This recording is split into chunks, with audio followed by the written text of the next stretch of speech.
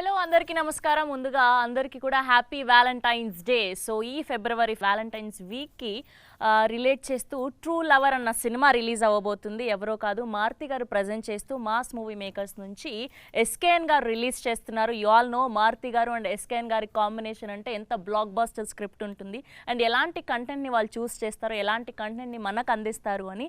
And ఇది తమిళ్ మూవీగా తమిళ్ నుంచి dub అయి తెలుగులో రిలీజ్ చేస్తున్నారు. ట్రూ లవర్ పేరుతో ఈ Feb 9th రిలీజ్ అవ్వబోతుంది.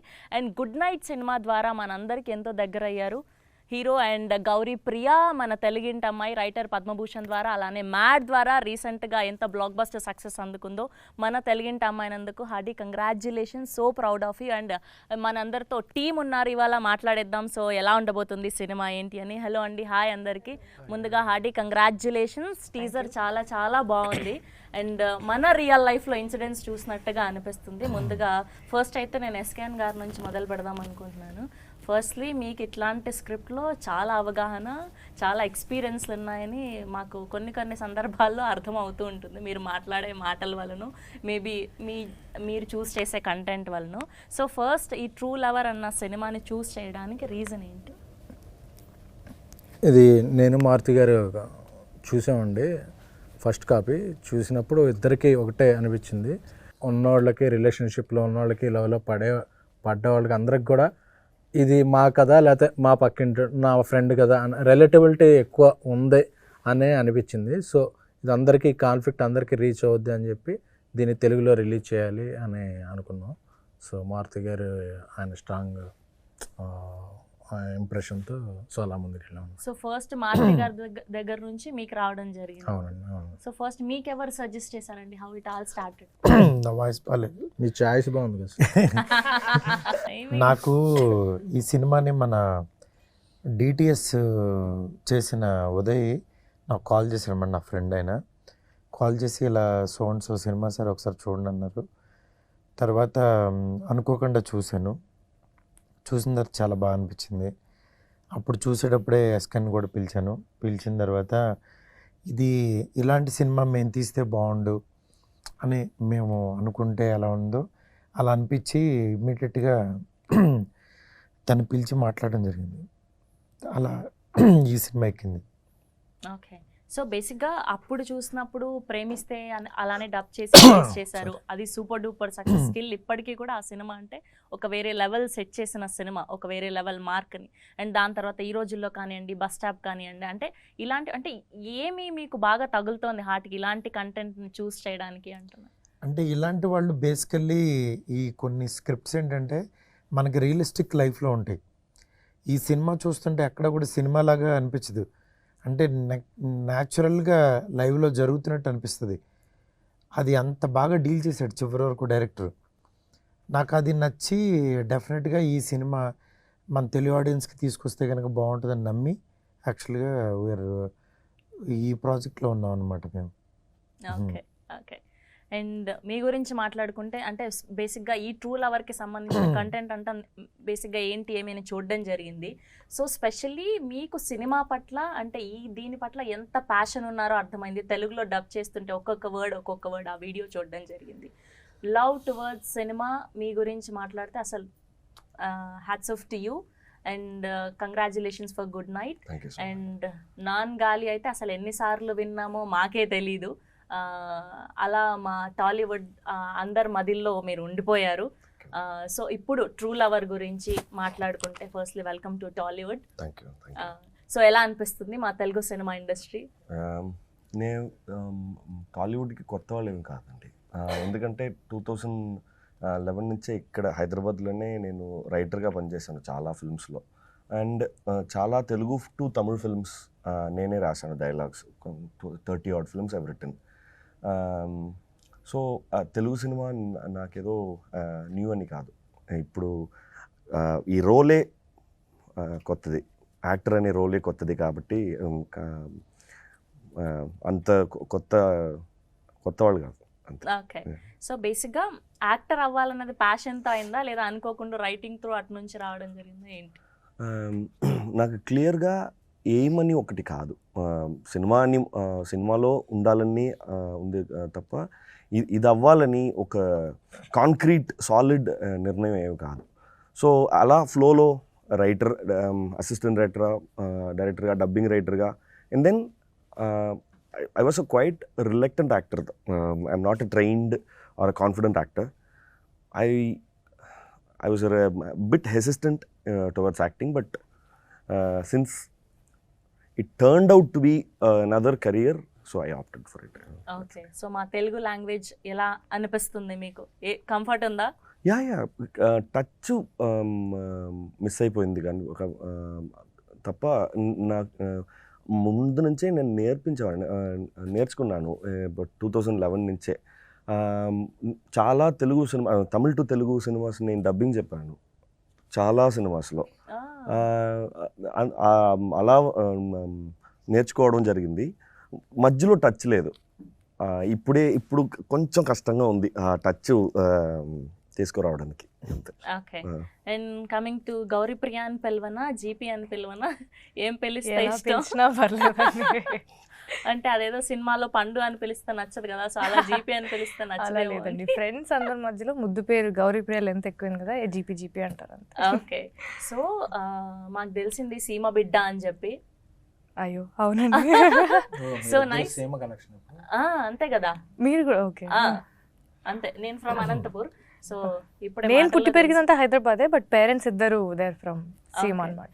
So nice. ఫస్ట్లీ అసలు మీరు ఎంచుకుంటున్న స్క్రిప్ట్లు, లేదంటే మీకు అలా వస్తున్నాయో లేదంటే మీరు చూస్ చేసుకుంటున్నారో తెలీదు, అంటే మీ క్యారెక్టర్ ప్రతిదీ కూడా గుర్తుండిపోతుంది ఆడియన్స్కి. రైటర్ పద్మభూషణ్ కానివ్వండి, అండ్ మొన్న మ్యాడ్ కానివ్వండి, అండ్ మొన్న మెయిల్ కానివ్వండి, అండ్ ఇప్పుడు ఇది, అండ్ చాలా చాలా అంటే మన లైఫ్లో ఇలాంటి అమ్మాయిని చూసాము, ఇలాంటి పేరుని చూసాము, అంటే చాలా మా గుండెకి హత్తుకుపోయేలాంటి క్యారెక్టర్స్లో కనిపిస్తూ ఉన్నారు మీరు. So firstly congratulations. Thank you అండి. And coming to true lover and associating with these people, most successful people you all know, so వీళ్ళతో అసోసియేషన్ ఎలా అనిపించింది? చాలా చాలా ఆనందంగా ఉందండి. ఎందుకంటే నేను ఇందాక చెప్పినట్టు తమిళ్లో సినిమా చేసాను, అసలు తెలుగులో వస్తుందో లేదో కూడా నాకు తెలీదు. ఫస్ట్ తమిళ్లో చేసుకుంటూ వెళ్ళిపోయాము. ఒక 2-3 వీక్స్ బ్యాక్ తెలిసింది నాకు సినిమా తెలుగులో వస్తుంది, ఇలా మారుతి గారు అండ్ ఎస్కేన్ గారు they releasing it in Telugu states అని. చాలా ఆనందంగా అనిపించింది. ఇన్ఫ్యాక్ట్ ఎస్కేన్ గారు సినిమా చూసిన తర్వాత ఒక 2-3 డేస్ తర్వాత నాకు కాల్ చేశారు, I really like the film, మీ పర్ఫార్మెన్సెస్ బాగున్నాయి, స్టోరీ చాలా న్యాచురల్గా అనిపించింది, and we really thought we should release it, and Maruthi sir also is very excited అని సార్ కాల్లో చెప్పారు. సో నాకు చాలా హ్యాపీ అనిపించింది. అంటే తమిళ్లో చేసాం, మనం పని అయిపోయింది అనుకున్నాను, కానీ ఇప్పుడు ఒకటే డేట్లో 2 లాంగ్వేజెస్లో వస్తుంది అనేది it was very nice. And Maruthi garu బేసిక్గా అప్పటి జనరేషన్ కానీ 10 years బ్యాక్ లవ్కి అండ్ ఇప్పటి లవ్కి చాలా డిఫరెన్స్ వచ్చేసింది. మనం పలకరించే విధానం కానీ, అమ్మాయిని అప్రోచ్ చేసే విధానం కానివ్వండి, అండ్ ఇప్పుడు మన దగ్గరలోనే చూస్తున్నాం కొంతమంది కపుల్స్ని ఎలా విడిపోతున్నారు, ఎలా ఏంటి అని. సో వీటి మీద మాట్లాడాలి అంటే ఫస్ట్ మీరు ఏం చెప్తారు? ఒక రిలేషన్షిప్ పర్ఫెక్ట్గా బాగుండాలి అంటే ఏంటి మీ సైడ్ నుంచి ఏం అడ్వైజ్ ఇస్తారు? ట్రూ లవర్ చూడమంటాను, ఇలా ఉండకూడదని చెప్తాను. ఎందుకంటే ఈ సినిమా చూస్తే పాపం వాళ్ళిద్దరు పెయిన్స్ అర్థమవుతాయి. ఇద్దరు పాజిటివ్ క్యారెక్టర్స్, ఒక 2 పాజిటివ్ క్యారెక్టర్స్ వాళ్ళిద్దరి మధ్యన వచ్చిన కాన్ఫ్లిక్ట్ సిచ్యువేషన్స్ ఇలాంటి ఎలా ఫేస్ చేసి వాళ్ళు ముందుకెళ్ళారు లైఫ్లో అనేది అందరికీ this is the best example. ఎందుకంటే కొట్టుకుంటారు, కలుస్తారు, ఇద్దరి మధ్యన చాలా ప్రేమ ఉంటుంది, కానీ యాక్చువల్గా దూరం ఉంటుంది. అది ఎందుకని అలా వస్తుంది, ఇలా ఎందుకు ఉండకూడదంటే డెఫినెట్గా ట్రూ లవర్ చూడాలంటాను. సో ఈ సినిమా మీరు మొత్తం చూసుంటారు కదా ఈ పాటికే. సో దీంట్లో మీరు బాగా రిలేట్ అయింది ఏంటి? నా లైఫ్లో కూడా ఇలాంటిది జరిగింది అన్నది తన క్యారెక్టర్ తను పెర్ఫామ్ చేసిన విధానం. ఎందుకంటే అమ్మాయి క్యారెక్టరు, తన క్యారెక్టర్ ఉందంటే అమ్మాయి క్యారెక్టర్ అలాగే ఉంటుంది, ఎలాగో ఉంటుంది. అలా ఉంటేనే ఆ క్యారెక్టర్ అలా ఉంటుంది. అందుకని నాకు ఆ అబ్బాయి క్యారెక్టర్ మాత్రం చాలా బాగా డీల్ చేశాడు అనిపించింది. అతని పెయిన్, స్ట్రగుల్, ఆ పొసెసివ్నెస్, నెక్స్ట్ అమ్మాయిలు ఎంత ఈజీగా తీసుకుంటారు, యువతలోడు ఎంత పెయిన్ని, ఆ 2 చాలా బాగా చేశారనిపించింది. సినిమా మీరు జస్ట్ 10 minutes స్టార్ట్ చేసిన తర్వాత అలా తెలియకుండా 2 hours అయిపోద్ది. అంటే లోపలికి వెళ్ళిపోతారు, వాళ్ళ వరల్డ్లోకి వెళ్ళిపోతారు. లాస్ట్కి ఇంకా ఉంటే బాగుండు, ఏదో జరగాలి అనే ఫీలింగ్లో బయటకు వస్తారు. అండ్ టీజర్ చూస్తే చాలా ప్రామిసింగ్ గా ఉంది. అండ్ స్పెషల్లీ అమ్మాయిలు అయితే చాలా మంది రిలేట్ అవుతారు. ఒక కపుల్లో బేసిక్గా ఏమవుతుంది అంటే రిలేషన్షిప్లో అబ్బాయికి ఇంకొక అబ్బాయితో మాట్లాడడం ఇష్టం ఉండదు, కానీ ఈ అమ్మాయి అంటే నమ్ముతుంది. బేసికల్లీ ఈ సినిమా అయితే వేరే లవ్ స్టోరీస్ గురించి నాకు తెలియదు, కానీ ఈ సినిమా అయితే ఈ లాస్ట్కి వచ్చిన తర్వాత నాకు అంటే వీళ్ళ లైఫ్ ఇంకెంత చూడాలనిపించిందంటే వీళ్ళిద్దరికి మధ్యన పెళ్ళయ్యి పిల్లలు పుట్టి వీళ్ళు ఎలా ఉన్నారో ఆ లైఫ్ అంతా కూడా నేను చూడాలి, ఆ లైఫ్ అంతా కూడా తెలియాలి నాకు. సీజన్ 2 చూసేద్దాం తర్వాత. సీజన్ 2 డెఫినెట్గా రావాలని కోరుకుంటున్నాను, ఎందుకంటే అది అంత స్కోప్ ఉంది దీనికి. మీరు ఇంతగా చెప్తున్నారు అంటే ఖచ్చితంగా ఇందులో ఎలా ఉండబోతుంది కథ అనేది అయితే కథ కాదు, ఇది రియల్ లైఫ్, నేను చెప్తున్నాను కదా, అందుకే ట్రూ లవర్ అని అక్కడ లవర్ అని పెట్టారు, దీనికి ట్రూ యాడ్ చేశాను. సినిమా చూడంగానే దీనికి కాల్ చేసి కనుక్కుంటే లవర్ అనే టైటిల్ ఆల్రెడీ ఉందంటే సరే దీనికి ట్రూ లవర్ అని పెడదామని అన్న, అంతే పెట్టేశాం. So nice. అండ్ ఇప్పుడు వ్యాలంటైన్స్ డే సందర్భంగా రిలీజ్ అవ్వబోతుంది కాబట్టి ఎస్కేఎన్ గారి లవ్ స్టోరీ ఒకటి, అంటే బిఫోర్ మ్యారేజ్ గురించి చెప్పండి, తర్వాత అక్కర్లేదు కానీ. సో మీ బెస్ట్ వ్యాలంటైన్స్ డే ఏంటి? అసలు వ్యాలంటైన్స్ డే ఒకటి ఉంటుంది, ఇలా సెలబ్రేట్ చేసుకోవచ్చు, నాకంటూ ఒక అమ్మాయి వస్తుంది లైఫ్లో, ఒక పువ్వు ఇస్తుంది, లేదంటే ప్రపోజ్ చేస్తే, ఇలాంటివి ఏమన్నా జరిగాయండి మీకు? అదేంటి అంత బాయ్స్ కాలేజ్లో జాయిన్ అయ్యాను, ఇటు చూసినా ఇటు చూస్తే బావా అని చూస్తాం, బావా అని చూస్తే మా ఏంట్రా దరిద్రం ఇదిలో ఉన్నాం అనిపించేది. సో మనకు అలాంటివి ఏం లేవండి. సో తర్వాత ఇండస్ట్రీకి వచ్చాక కూడా అసలు ఏమీ లేవు? అవి చెప్పరండి. Okay done. Okay, coming to you. So true lover అంటే మీ దృష్టిలో ఏంటి? అంటే ట్రూ అనేది నాకు ఒక డెఫినేషన్ ఉంటుంది, ప్రాబబ్లీ మీకు ఒక డెఫినేషన్ ఉండొచ్చు. బట్ ట్రూ లవర్ ఏంటి అని సార్ చెప్పినట్టు మీరు సినిమా చూస్తే మీకు డెఫినెట్లీ అర్థమవుతుందండి.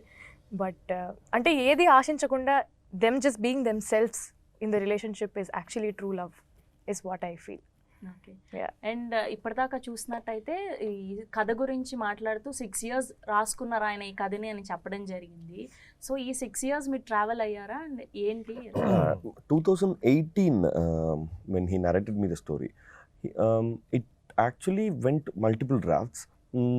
2018 నుంచి we started pitching. అప్పుడు నేను అంత పెద్ద యాక్టర్ కాదు, ఓకే, చిన్న క్యారెక్టర్స్ మాత్రమే చేసి, but when we started pitching, nobody was, of course nobody will believe because he is a debutant and I was a very small time actor. But since Jai Bhim came and Good Night came, the same producers who produced Good Night, they were like, they liked the script and they believed in us. That's it. Yeah, and I was there since every draft was born.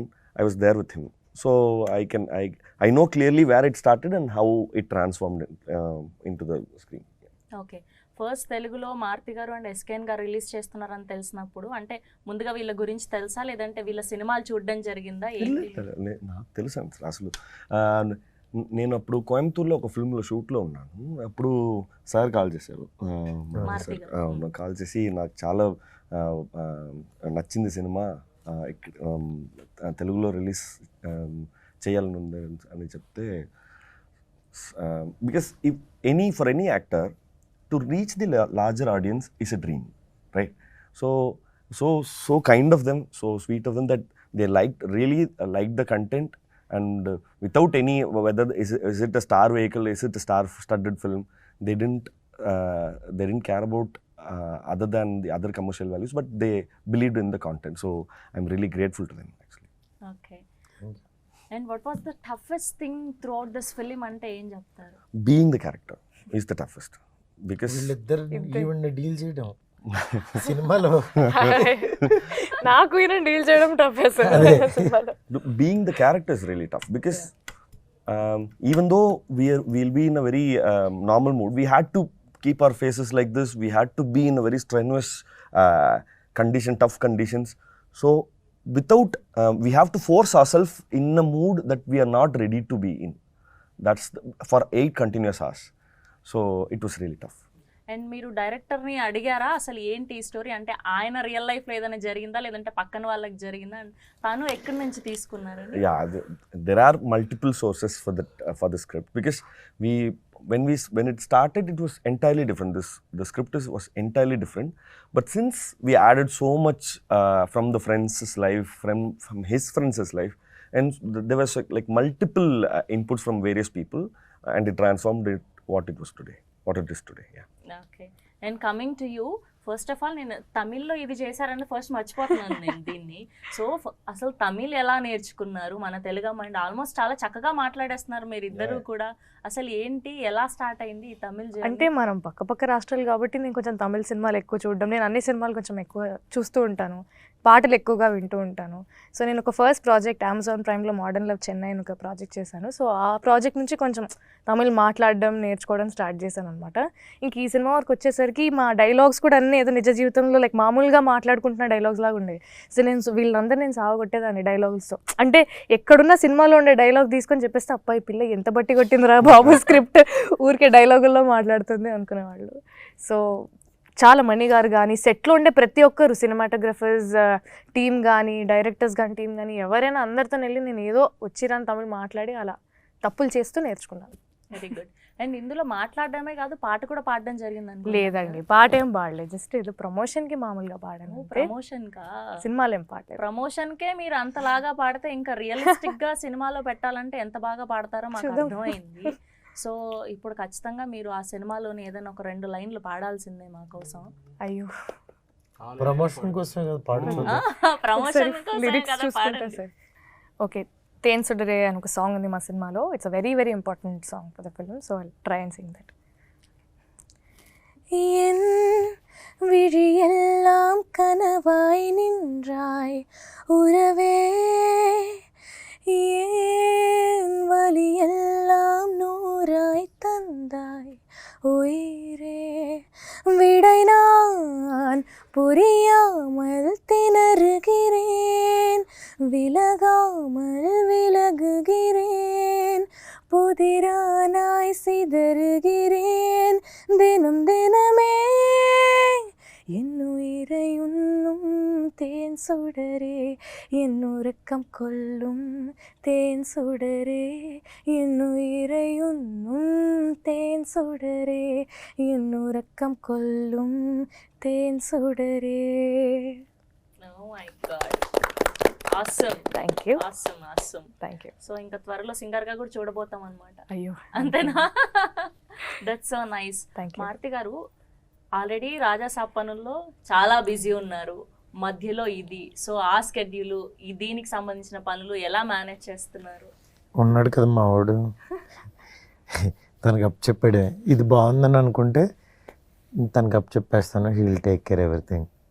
So how you are managing అంటున్నా, అంటే ఆ mind లో అది run అవుతూ ఉంటది కదా ఆ stress. Stress అనుకుంటే స్ట్రెస్ కాదనుకుంటే కాదు. నేను ఇంకా చాలా పని చేస్తా, అందువల్ల నా పని ఎక్కడ ఆగదు.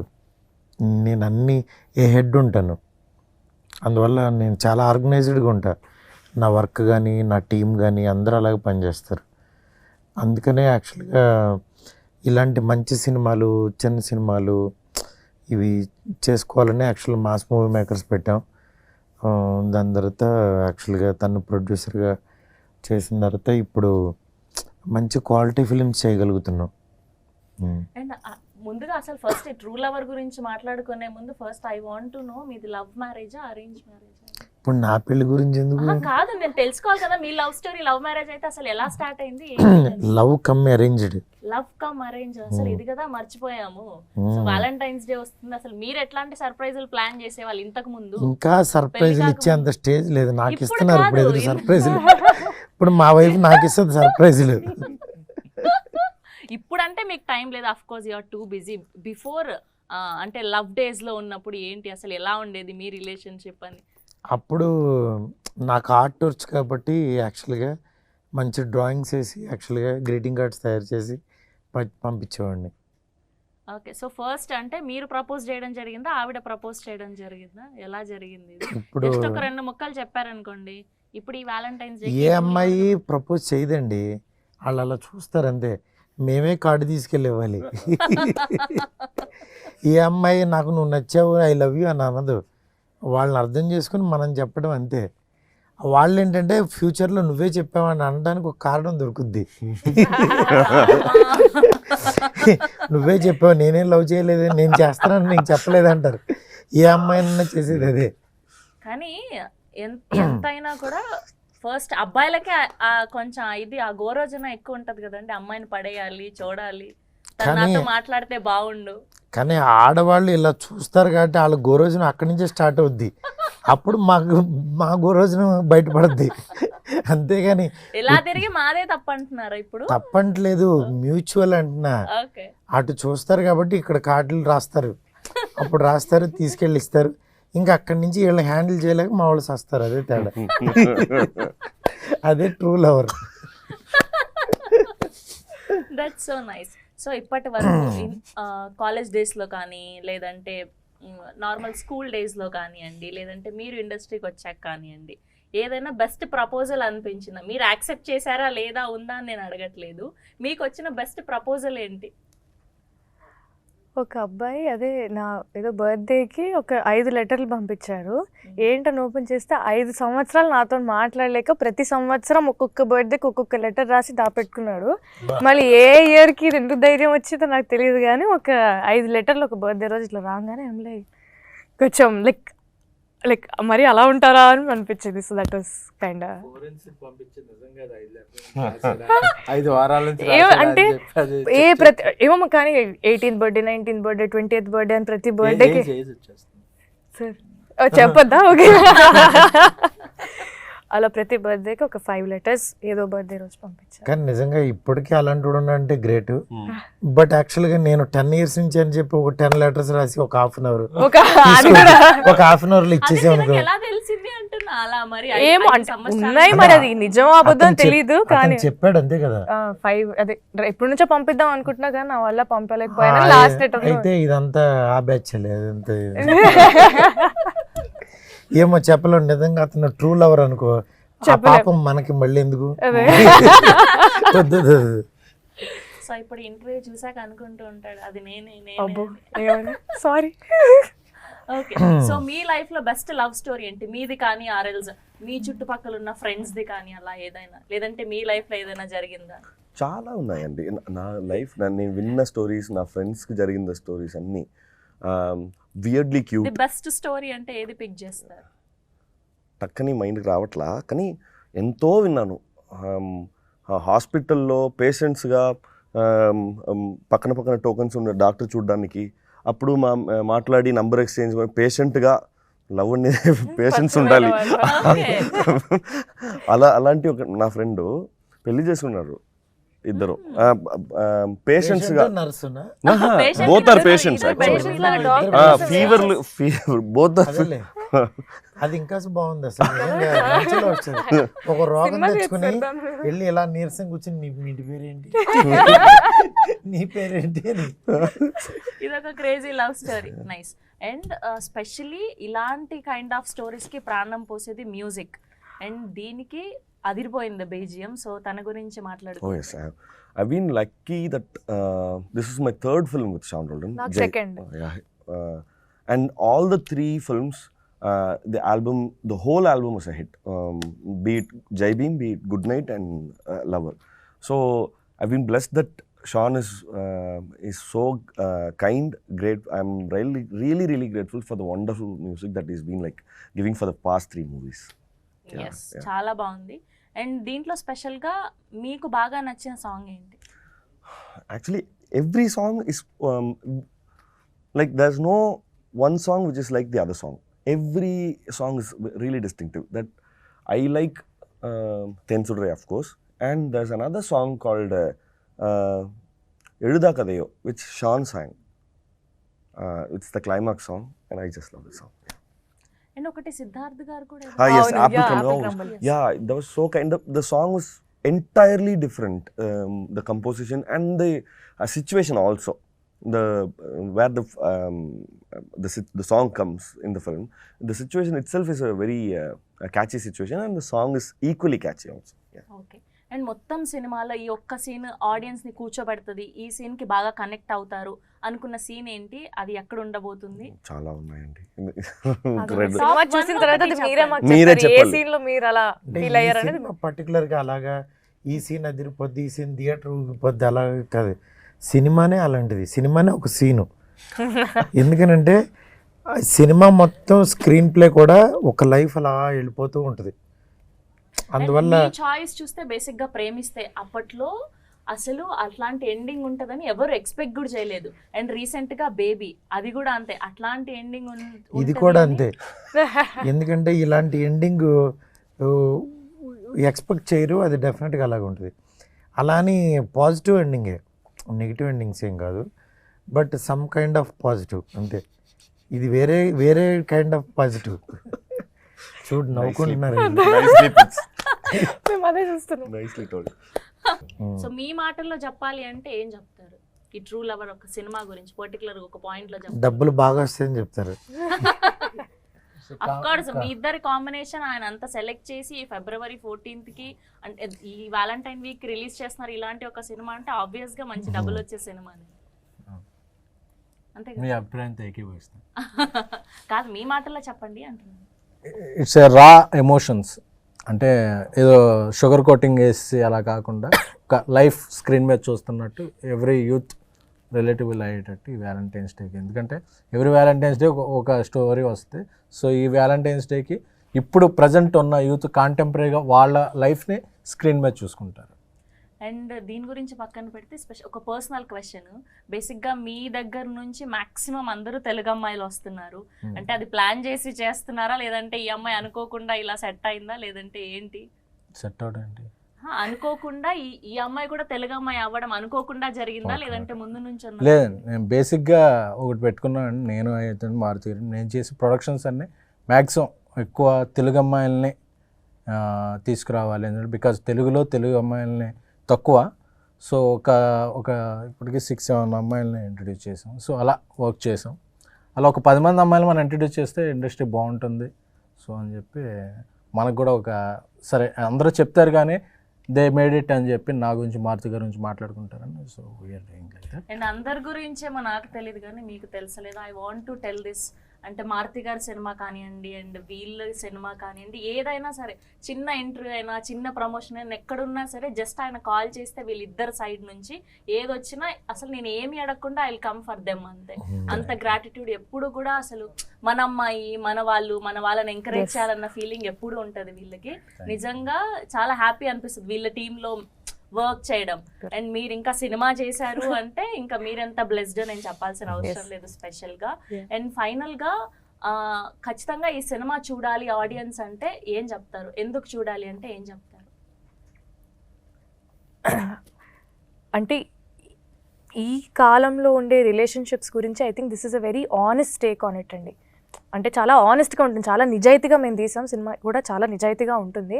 So I think it will be అంటే ఆడియన్స్ కూడా వచ్చి దే ప్రాపర్లీ రెజొనేట్, అరే మా పక్కన వాళ్ళకి ఇలా అయింది లేదా మాకే ఇలా అయింది అని. మేము కూడా మామూలుగా మాట్లాడుకుంటున్నప్పుడు కూడా సినిమా రిహార్సల్స్లో అప్పుడు కానీ వర్క్షాప్స్ అప్పుడు కానీ మాకే అనిపించింది how real is this film. ఏదో నిజంగా ఏదో సినిమా చేస్తున్నా అంటే మీకు ఒక సినిమాటిక్ ఎక్స్పీరియన్స్ లాగైతే ఇది ఖచ్చితంగా ఉండదు. నార్మల్గా కూర్చొని ఎవరో పక్కింట్లో ఏదో జరుగుతుంటే అలా చూస్తున్నట్టు ఉంటుంది. So I love the relatability of the film. నేను ఈ కథ చేయడానికి కూడా వెరీ వెరీ ఛాలెంజింగ్ క్యారెక్టర్ అండి. నాకు కూడా mentally it was so much on me. అది అయిపోయిన తర్వాత అదే హ్యాంగ్ ఓవర్లో ఉన్నాం, సినిమా అయిపోతుంది, సినిమా అయిపోయిన తర్వాత కూడా అదే క్యారెక్టర్ హ్యాంగ్ ఓవర్లో ఉన్నాం. సో మమ్మల్ని అంత ఎఫెక్ట్ చేసింది. సో మేము ఒక 8 months చేసాం సినిమా. ఆ 8 months హార్డ్ వర్క్ అంతా మీకు ఒక 2.5 hours చూపిస్తుంటే I think that will definitely create an impact in the audience అని నేను నమ్ముతున్నాను. ఓకే. అండ్ మీరు ఇప్పుడు వస్తున్నారు, సినిమాలు చేస్తున్నారు, నాకు ఆల్రెడీ సినిమా గురించి ఫుల్ అవును. నాలెడ్జ్, స్పెషల్లీ రైటింగ్ అంటే ఇంకెంత డెప్త్ గా సినిమాల్లో మునిగిపోయి ఉంటారో మనకు తెలుసు. అవును. తనతో వర్కింగ్ చేయడం ఎలా అనిపించింది? నాకు it's literally an honour working with him అండి. నిజంగా ఇంట్లో పిల్లలాగా చూసుకున్నారు నన్ను. అయితే నేను కొంచెం తమిళ్ డైలాగ్స్ కానీ నాకు ప్రొనౌన్సియేషన్ రాకపోవడం కూడా ప్రతిదీ అంటే he didn't behave like the hero of the film. He was in everything, be it direction, be it editing, be it like మ్యూజిక్లో కానీ అంటే ఇలా ఉండాలి అలా ఉండాలి, నాకు డైలాగ్స్ ఇలా చెప్పు అలా చెప్పు అని దగ్గరుండి ప్రతి దాంట్లో he was so involved in the film. అంటే అంతగా ఓన్ చేసుకున్నారు సినిమాని కానీ క్యారెక్టర్ని కానీ.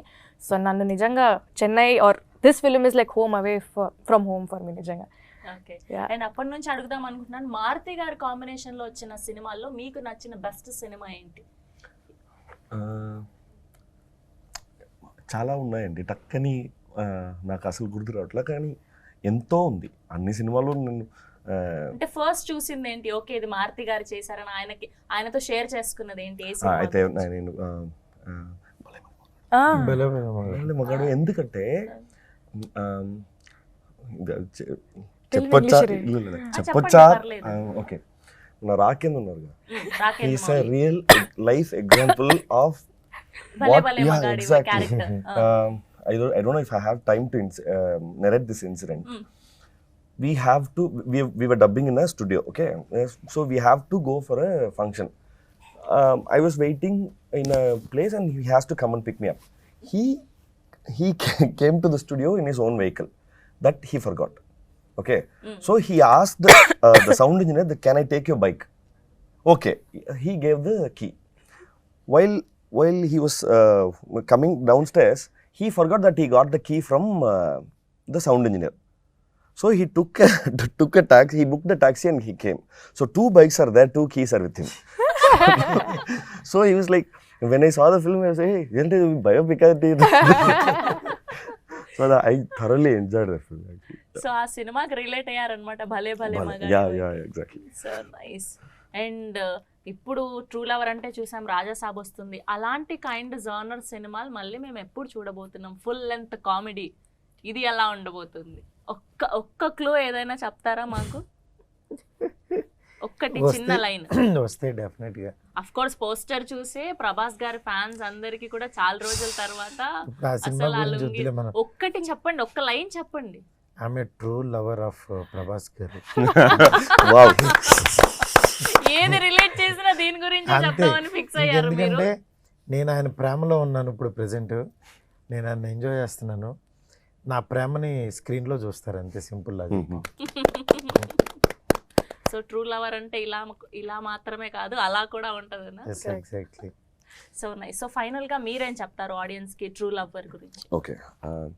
True Lover is a cinema that, like Gauri చెప్పినట్టు, ఇది ఈ సినిమా యూత్ మాత్రం కాదు, ఇది ఎలా జెండర్ న్యూట్రల్, ఇది ఏ జనరేషన్ అయినా ఏ జెండర్ అయినా రిలేట్ అవ్వాలి, easily they could relate easily, because it is a large take on and a very honest take on how the present modern day human relationships are.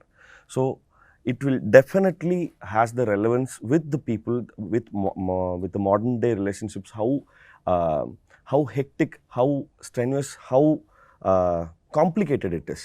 So I definitely feel that every single audience will definitely connect with those characters, and they can literally relive their own relationships. They can relate to their own relationships. So if it's last 2 Yes. మాటలు మాత్రం తెలుగులో చెప్పండి. అదే Yeah.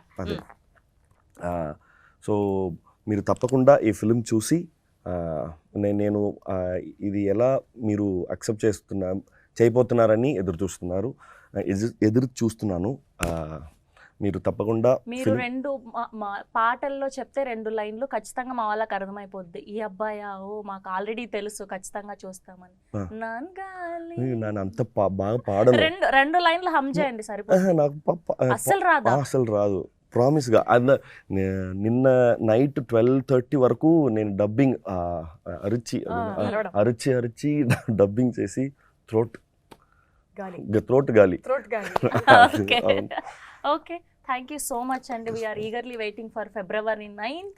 ఖచ్చితంగా ఈ సినిమాలో ఎంత depth ఉంటేనో, ఏదో సంథింగ్ మ్యాజిక్ ఉంటే తప్ప మారుతి గారు, ఎస్కేఎన్ గారు మా తెలుగు ప్రేక్షకులకి చూపించారని అయితే మాకు పక్కా ఫిక్స్ అయిపోయాము. వీఆర్ ఈగర్లీ వెయిటింగ్ అండ్ అడ్వాన్స్గా కంగ్రాచ్యులేషన్స్